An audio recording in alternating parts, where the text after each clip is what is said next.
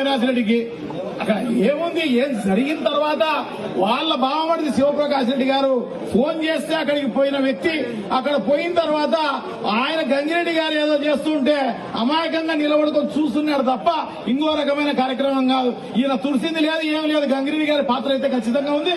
ఖచ్చితంగా గంగిరెడ్డి గారు చేసినారు కాబట్టి అప్పుడు తెలియదు.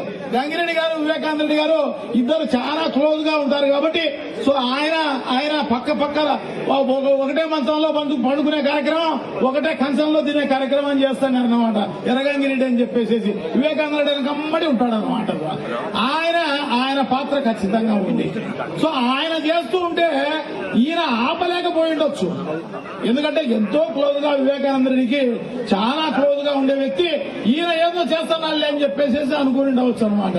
సో అమాయకంగా ఆయన నిలబడుకొని పాపం ఈ విషయం ప్రజలందరికీ తెలియజేసే కార్యక్రమం ఫోన్ లో చేస్తూ ఆ కార్యక్రమం చేస్తున్నారు.